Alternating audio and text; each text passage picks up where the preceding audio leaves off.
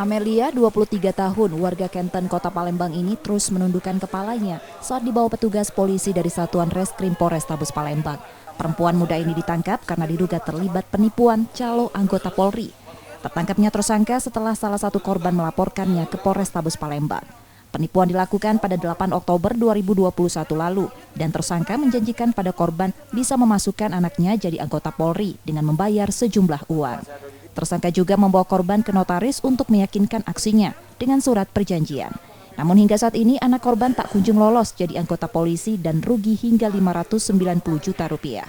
Dia bisa memasukkan anaknya atau seseorang menjadi anggota Polri dengan iming-iming atau dengan harus menyiapkan sejumlah uang sekitar 560 juta.